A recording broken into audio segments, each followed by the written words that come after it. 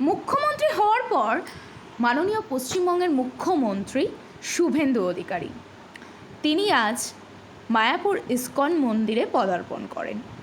মায়াপুরের ইস্কন মন্দিরে গিয়ে মঙ্গলারতি দর্শন, চন্দ্রোদয় মন্দির দর্শন এবং গোশালার সেবা এবং ষষ্ঠাঙ্গে প্রণাম সারলেন মুখ্যমন্ত্রী শুভেন্দু অধিকারী।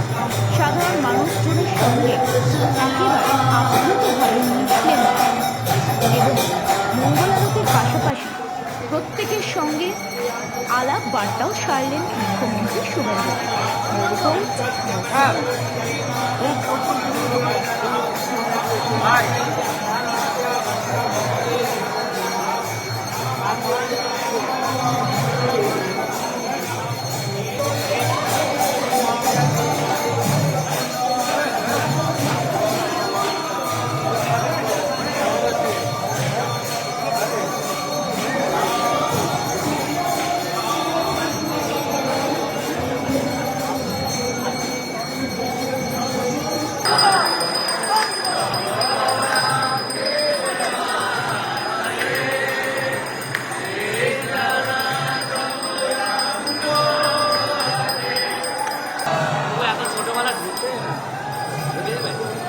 ঢুকে যাবে